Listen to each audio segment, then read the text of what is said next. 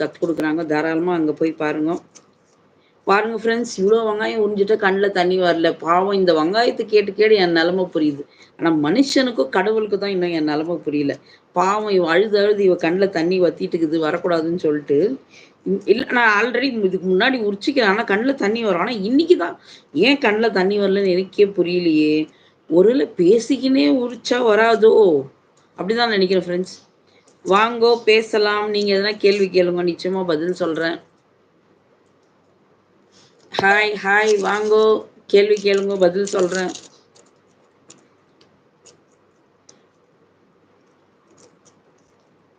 Hi மக்களே, பாருங்க என்னோட பழைய வீடியோலலாம் ஸ்டார்டிங்கில் நான் வந்து குக்கிங் வீடியோ போடணுன்னு தான் வந்தேன். அது எனக்கு செட் ஆகல, விட்டுட்டு கொஞ்சம் மைண்ட் அப்செட் ஆகி எப்படியோ கொஞ்சம் சப்ஸ்கிரைபர் சேர்க்கணும்னு சொல்லிட்டு ரீல்ஸ் பண்ண ஆரம்பிச்சிட்டேன். எனக்கும் நடிப்பு வருதுன்னு அப்போ தான் தெரிஞ்சிச்சு. ஃபஸ்ட்டு மனோரமா ஆச்சு இது போட்டேன்.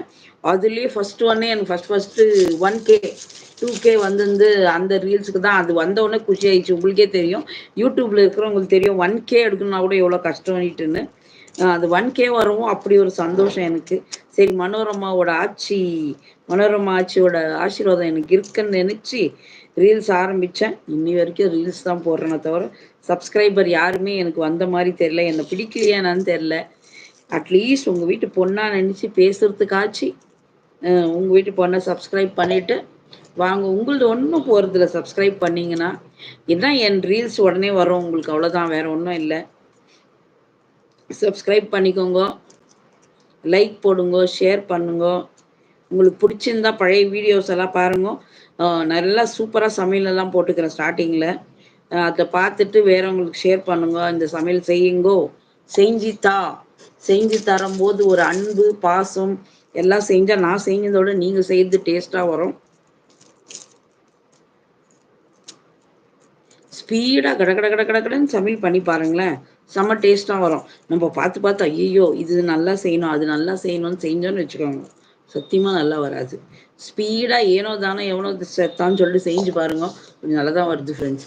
ஆனால் நம்ம பார்த்து ஐயோ அவங்களுக்கு செய்யணுமே இவங்களுக்கு செய்யணுமே அன்பு பாசம் எல்லாத்தையும் கொட்டி செய்வோம். ஆனால் அன்றைக்கி தான் சொதப்போம் எதனா ஒன்று. எல்லாத்தையும் இந்த அன்பு பாசம்லாம் போய் சேரணும்னு எதனா ஒன்று சமையலில் இதுதான் நிறைய இருக்குது, அது கொஞ்சம் கம்மி பண்ணிடலான்னு ஒன்று காரம் கம்மியாயிடும், இல்லை குழம்புல எதனா ஒன்று. அதே எதுவுமே யோசிக்காமல் அரிபரி டைம் ஆயிடுச்சுன்னு செஞ்சு பாருங்க, அன்றைக்கி செம்ம டேஸ்ட்டாக வரும். எல்லாரும் பாராட்டுவாங்க, சின்னதுலேருந்து பெருசு வரைக்கும் எல்லாருமே பாராட்டுவாங்க. ஹாய்,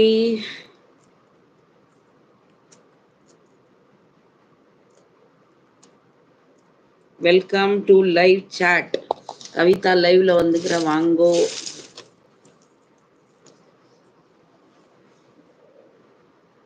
நான் ஃப்ரெண்ட்ஸ் இன்னைக்கு ஒரு 15 நிமிஷம் கூட பேசல, தனி தாக எடுத்துக்கிச்சு. முன்னாடியே ரெடியாக எடுத்து வச்சுக்கினேன்.